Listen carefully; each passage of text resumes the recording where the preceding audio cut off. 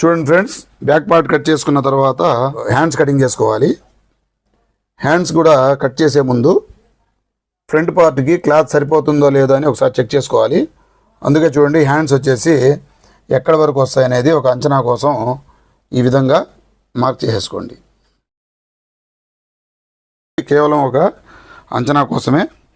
Mark చేసుకున్న తర్వాత front పార్ట్కి క్లాత్ సరిపోతుందో లేదని ఈ విధంగా చెక్ చేసుకోవచ్చు.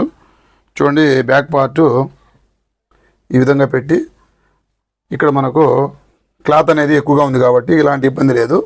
కానీ మనం ఎప్పుడైనా కూడా హ్యాండ్స్ కట్ చేసే ముందు ఫ్రంట్ పార్ట్కి క్లాత్ సరిపోతుందో లేదని ఒకసారి చెక్ చేసుకోవాలి. ఇది మీటర్ బిట్ కాబట్టి క్లాత్ ఎక్కువగా ఉంది. కానీ 70 సెంటీమీటర్లు 80 సెంటీమీటర్లు ఉండే క్లాత్ని మనం కంపల్సరీగా హ్యాండ్స్ కట్ చేసే ముందు ఫ్రంట్ పార్ట్కి క్లాత్ సరిపోతుందో లేదని చెక్ చేసుకొని హ్యాండ్స్ కట్ చేసుకోవాలి ఫ్రెండ్స్.